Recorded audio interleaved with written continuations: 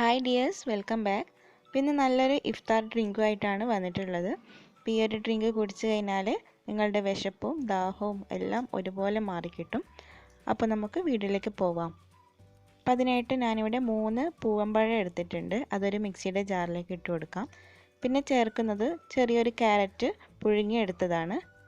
പിന്നെ ഒരു 1/2 കപ്പ് പഞ്ചസാരയും 2 കപ്പ് പാല് കട്ടയാക്കിയതാണ് ചേർത്ത് കൊടുക്കുന്നത്.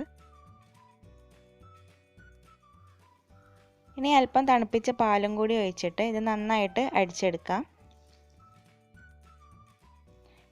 ഇതിപ്പോൾ ഇവിടെ അടിച്ചെടുത്തിട്ടുണ്ട്. പിന്നെ ഇത് നല്ലൊരു കട്ടിയുള്ള ജ്യൂസാണ്. അപ്പം നിങ്ങൾക്ക് ഇത്രയ്ക്ക് തിക്ക് വേണ്ടെങ്കിൽ കട്ടിയാക്കിയ പാലിന് പകരം തണുപ്പിച്ച പാല് ചേർത്ത് കൊടുത്താലും മതി.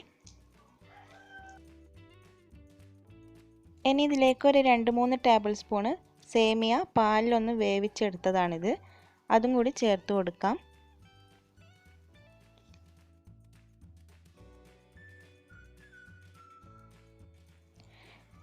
അതേപോലെ കുറച്ച് അനാറും കൂടി ചേർത്ത് കൊടുക്കുന്നുണ്ട്. അപ്പോൾ ഇതിൻ്റെയൊക്കെ അളവ് നിങ്ങൾക്ക് ഇഷ്ടം പോലെ കൂട്ടുകയോ കുറയ്ക്കുകയോ ചെയ്യാം.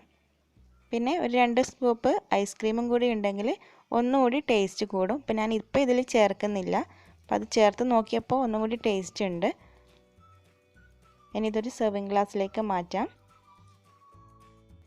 മുകളിലായിട്ട് കുറച്ച് ബദാം സ്ലൈസ് ചെയ്തതും കൂടി ഇട്ട് കൊടുക്കുന്നുണ്ട്. അപ്പോൾ നല്ലൊരു ടേസ്റ്റുള്ള ഡ്രിങ്കാണിത്. അപ്പോൾ എല്ലാവരും ഒന്ന് ട്രൈ ചെയ്ത് നോക്കുക.